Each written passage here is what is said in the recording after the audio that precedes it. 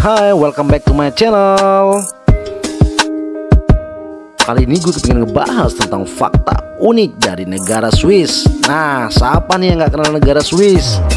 Negara Swiss merupakan salah satu negara yang menyuguhkan pemandangan indah khas pegunungan Alpen.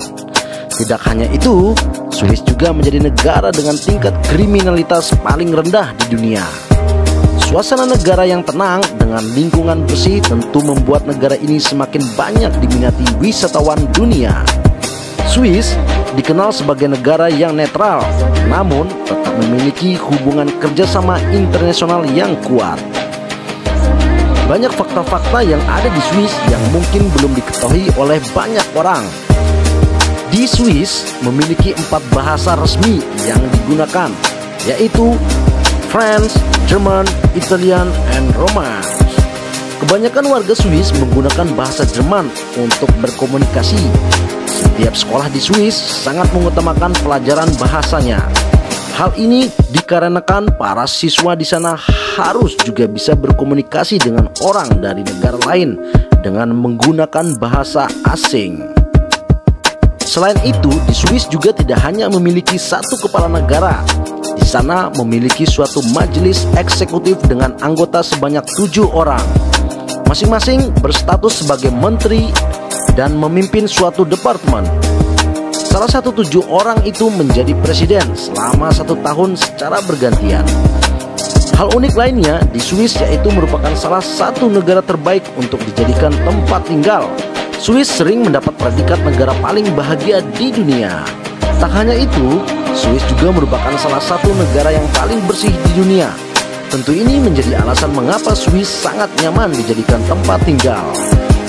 Fakta unik selanjutnya adalah Swiss adalah negara pencinta coklat. Penduduk Swiss sangat menyukai coklat. Hal ini juga yang menjadikan Swiss sebagai negara pengekspor coklat terbesar di dunia. Ada sekitar 18 perusahaan coklat di Swiss yang memproduksi ribuan ton coklat setiap tahunnya. Hal lain yang unik bagi masyarakat Swiss adalah mereka bisa menentang hukum apapun. Masyarakat di Swiss bisa menggugat peraturan yang dibuat oleh parlemen. Dengan syarat mereka bisa mengumpulkan tanda tangan petisi sebanyak 50.000 dalam waktu 100 hari. Jika hal itu tercapai, pemerintah Swiss akan membuat pemilu nasional untuk menentukan apakah undang-undang yang dibuat bisa diterima masyarakat atau tidak. Terus, mau dapat paspor harus punya hubungan harmonis dengan tetangga. Bila di Indonesia, syarat untuk mendapatkan paspor cukup dengan membawa berkas-berkas penting dan punya kepentingan ke luar negeri. Berbeda dengan Swiss. Di sini, untuk mendapatkan paspor setidaknya harus sudah 10 tahun menetap dan bekerja dan tinggal di kota yang sama setidaknya selama 3 tahun terakhir. Selain itu, untuk mendapatkan paspor, penduduk Swiss juga harus lulus ujian dengan otoritas setempat.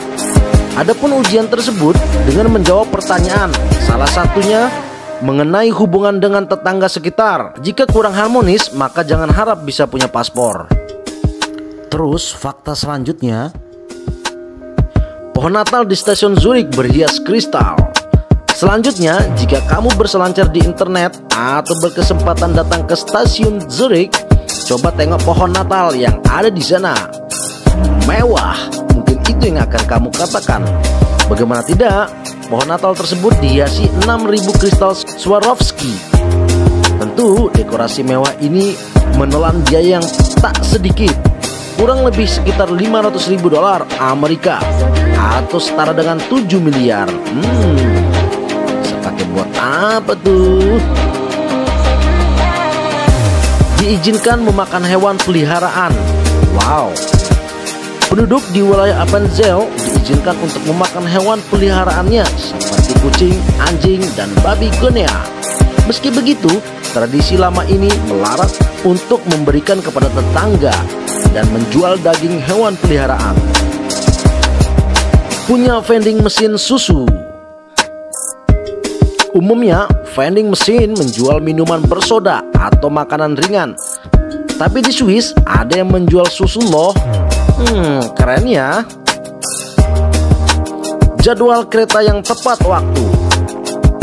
Di Swiss, kereta jadi transportasi primadona masyarakat. Kalah jauh dengan mobil.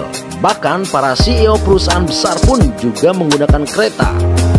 Karena peminatnya begitu tinggi, jadwal kereta di Swiss sangat tepat waktu. Alhasil, berpergian kemanapun termasuk ke desa bukanlah hal yang sulit. Pisau tentara Swiss berasal dari Roma. Tahukah Anda, pisau tentara Swiss muncul pada akhir abad ke-19. Tetapi uniknya, pisau ini memiliki prototipe yang lebih awal. Di Museum Cambridge, Anda akan menemukan universal yang dibuat di Roma kuno. Barang-barang tersebut termasuk garpu, sendok, pisau, tusuk gigi, spatula. Satu-satunya bagian pisau Swiss yang tidak diproduksi di Swiss adalah pembukaan botol. Itu diproduksi di Jepang. Memiliki senjata adalah hukum paling liberal. Jika Anda berpikir Swiss negara pasifis karena tetap netral dalam konflik militer, itu tidak sepenuhnya benar. Negara Swiss mewajibkan para pria untuk menjalani wajib militer dimulai dari umur 18 tahun. Karena sebagian besar dari populasi laki-laki ada di dalam cadangan tentara. Oleh sebab itu, pria memiliki senjata di rumah dan siap digunakan kapan saja. Namun hebatnya, Swiss menjadi salah satu negara dengan tingkat kejahatan terendah di dunia. Ini alasan kenapa Swiss jadi kiblat jam tangan dunia. Di samping fungsinya sebagai penunjuk waktu, jam tangan juga merupakan fashion item yang bisa jadi statement penampilan pemakaiannya. Wajar kalau banyak orang nggak bisa melepas aksesoris satu ini dari penampilannya.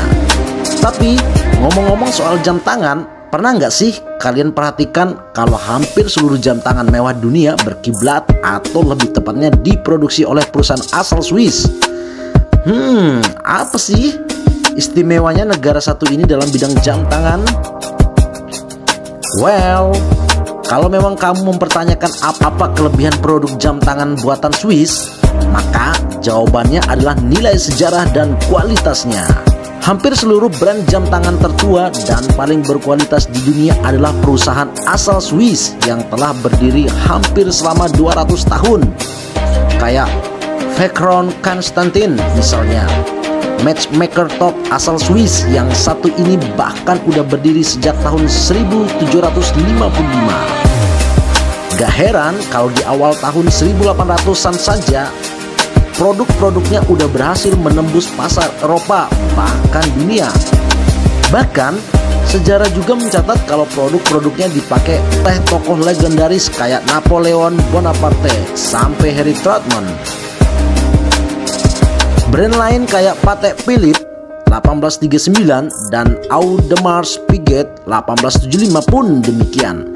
Mereka merupakan pembuat jam tangan bersejarah yang udah berhasil bertahan hingga saat ini dan terus memperbaiki produknya.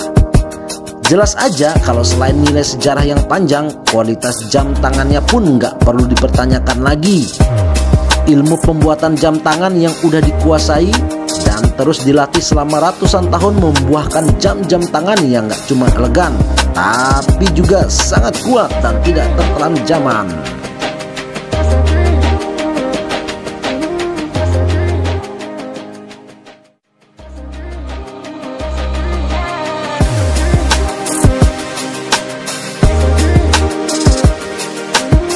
Oke, sekian dulu fakta-fakta unik yang menarik dari berbagai negara. Dan thank you for watching.